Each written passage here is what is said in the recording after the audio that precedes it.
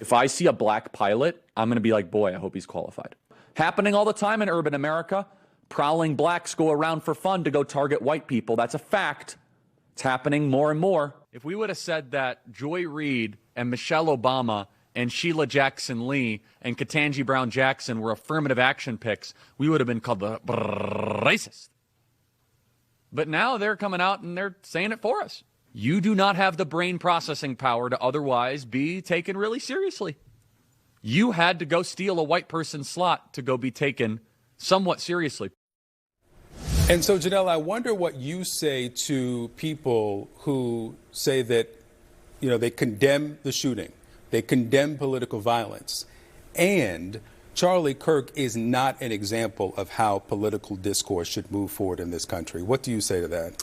Yeah, I think unlike most people, I've seen the full extent of those conversations, and I understand where he was coming from a different perspective. However, what I think we have to point out is that this is not about individual perspective. This is about having a perspective overall. Irregardless of whether or not you agree or disagree with what he's saying, it's the fact that you can agree and disagree with what he's saying. So at the end of it all, I think that what we're propping up is that he's someone who encouraged you to have your perspective, even if there's disagreement there. So we have to continue to do that. I want to hear more from people who don't agree or do not share the same views that I share. I like having those conversations. I feel like that's what makes America America. So I think what we need to make clear is that what we're propping up as conservatives is that there needs to be more healthy discourse in this country.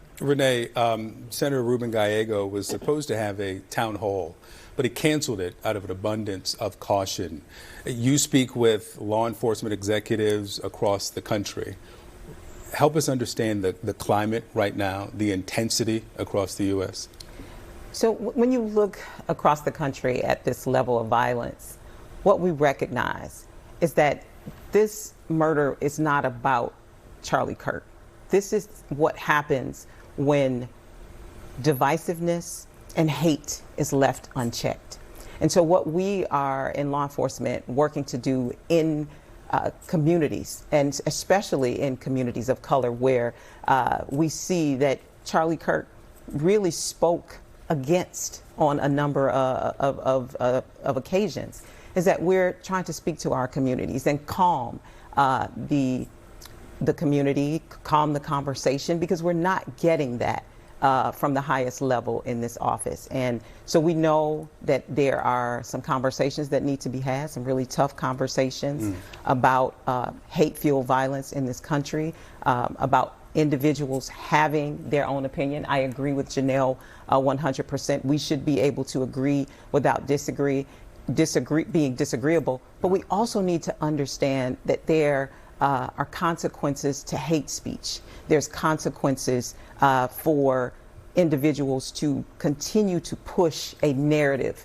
that promotes violence in this country. And I want to make sure, because people are going to hear you say that there are consequences to hate speech, I want to give you an opportunity to separate those consequences from what happened to Charlie Kirk last week. You're not drawing a connection between those two. I am not drawing a connection between violence, the level of violence, but individuals feel very passionate about that, and no one should lose their life because of this. But when we continue as a country to push this hate-fueled speech and this rhetoric, we're seeing the violence happen regardless to whether you're red and blue. And what are we going to do about it?